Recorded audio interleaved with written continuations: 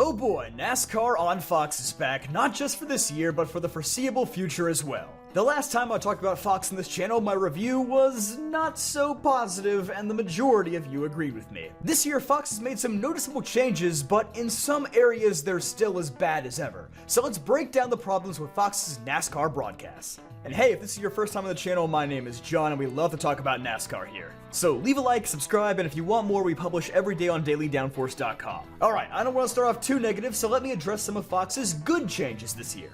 First off, Kevin Harvick. Finally, having a solid third man in the booth instead of a rotating member brings a lot of stability, and Harvick has an amazing amount of insight when it comes to the next-gen car. It feels like his presence alone is revitalizing Mike Joy and Clint Bowyer as well. Just listen to the call of this year's Daytona 500 ending compared to last year. Leading the outside lane. One lap to go, sponsored by Credit One Bank, and away they go. That is Cindric into Chastain and up into traffic. 3 wide.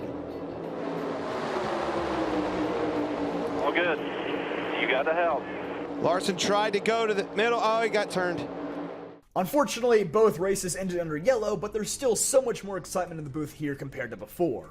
Mike Joy, despite his age, is still as solid as ever, and although Clint Bowyer still has a lot of grating catchphrases, he at least seems to synergize well with Harvick. Is it as good as the classic Fox booth of Joy, Waltrip, and Larry Mack? No. But compared to the last few years, I'll take it. I'll also commend Fox's graphics department. It seems like they've made a real effort to display more information than before, perhaps to help more casual fans get into the sport in the wake of the Netflix documentary. Most of the radio transmissions are subtitled now, so you don't have the entire room going, "What the heck did Blaney just say about Ross Chastain?" It also feels like they flash up these panels showing who's moving through the field and who's dropping more often than they did before. Notably, this last weekend at Vegas, they kept reminding you of who wasn't on the lead lap, so the battle for the free pass position was a lot easier to keep track of. And I also enjoy how they've been highlighting the pit crew members more. Like, did anybody else know that a Super Bowl champion was on Daniel Suarez's crew until that interview? Because I sure didn't. So whoever's on top of graphics and info, keep it up, you're doing great. But now we gotta move into the bad stuff. The biggest issue still at hand in my opinion is the camera work. It still seems like Fox is very slow to cut to incidents, and you'll often hear the commentators react to something that happens 10 to 15 seconds before it shows up on screen. The LA Coliseum this year I think was the most egregious example. Not only because of how late they were, but also because it's literally only a quarter-mile racetrack with like 25 cars. It's almost impressive to miss as much as they did with that little to cover. Almost all of the halftime confrontations or post-race beef were completely missed by the broadcast, and you ended up having to go on Twitter afterward to find out what was happening.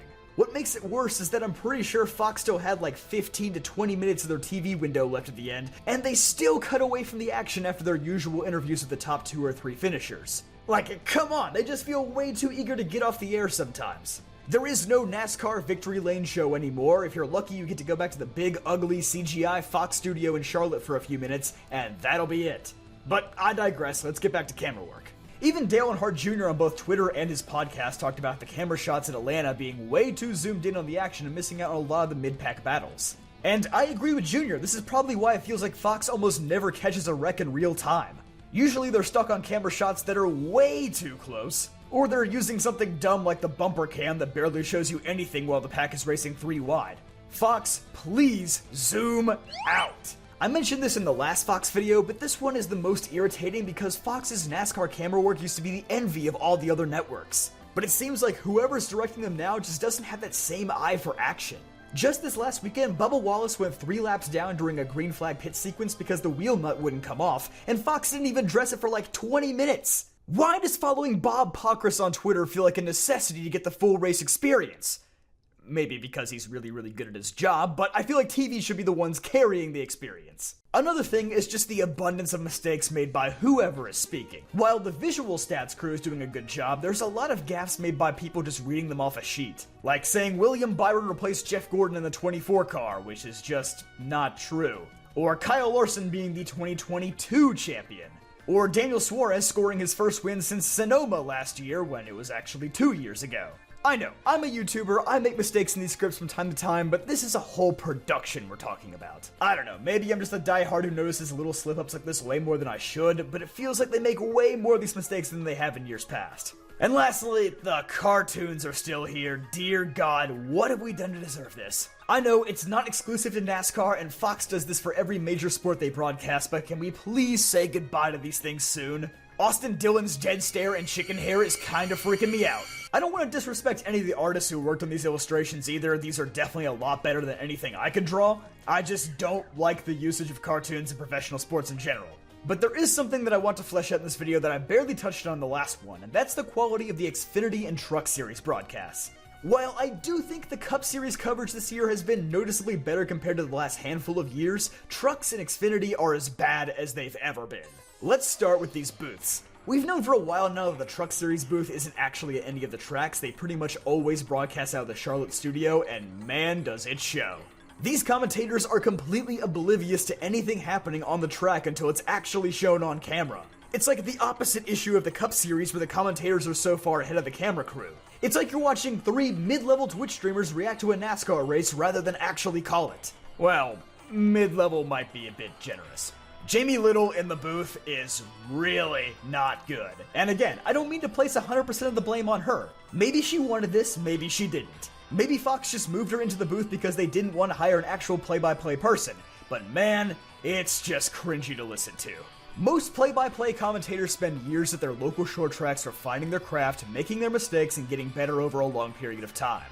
They don't just get whisked off pit road like Vince Welch or Jamie Little. They are fantastic pit road reporters, and I want to make that abundantly clear, but they are fishes out of water in the booth. Half the time, Jamie Little just talks about how nice X-Driver is from their interactions off the racetrack and not what's actually happening on the racetrack. Play-by-play is not her thing. As for Xfinity, I genuinely have no idea whether they're broadcasting from the racetrack this year or from the Charlotte studio. I've heard some conflicting reports on this one, but judging from what I've heard and seen so far this year, it sure doesn't seem like they're at the track. Or if they are, they must exclusively be looking at one monitor because a lot of stuff is being missed. At Daytona this year, Shane Van Gisbergen spun out directly in front of where the booth should be, and they completely missed it, which again shows the problem with remote booths. If the camera crew misses something, then the commentators are guaranteed to miss it too. Jessica Friesen's truck fully flipped over at Knoxville in 2022, and Fox's camera crew and commentators were completely oblivious to it. If you weren't on social media that night, you wouldn't have known a thing. I just don't know why Fox seems so set on pushing this remote booth. I guess it's just to save money in the long run so they don't have to fly their commentators out to every race, but is significantly harming the quality of their broadcasts. And it gives the impression that Fox really doesn't care about the lower series all that much. But those are my updated thoughts on the NASCAR on Fox situation. I think in a few areas they've gotten a lot better, but in a few areas they've definitely gotten worse. Let me know your thoughts down below, but don't forget to leave a like on this video, subscribe for more videos just like this one, and check out dailydownforce.com for more awesome NASCAR content.